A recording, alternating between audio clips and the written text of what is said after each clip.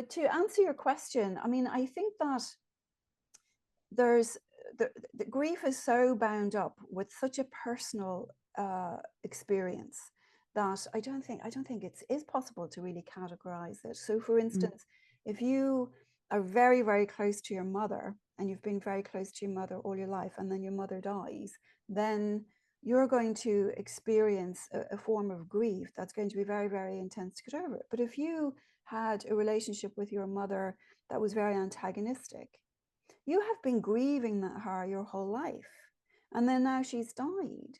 So now you don't have all of these fond memories to look back on. You've got something very, very different. You've got a very different story to come to terms with. So I think every grief story is completely different, and I think it's really important to acknowledge that.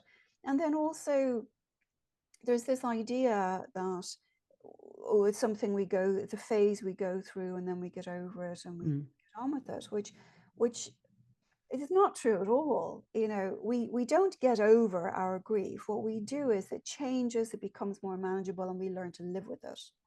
But I think it's important that be allowed, because that's a lot of what allows us develop and deepen our sense of empathy and compassion, and then meet other people and have more empathy for their suffering, is because we understand suffering. So we try to race out of it, try to ignore it. You know, my dad was a great one for that. You know, don't think about them, don't talk about it for 6 months or a year, and then I'll think about it, because then it wouldn't be so painful. You know, I mean, the typical man, right? But sorry, men listening, but you know, there's just no, I think it's important really to just let our grief be whatever way it is arising on any given day, because we're, especially in the early stages of grief and loss, in a terrible roller coaster.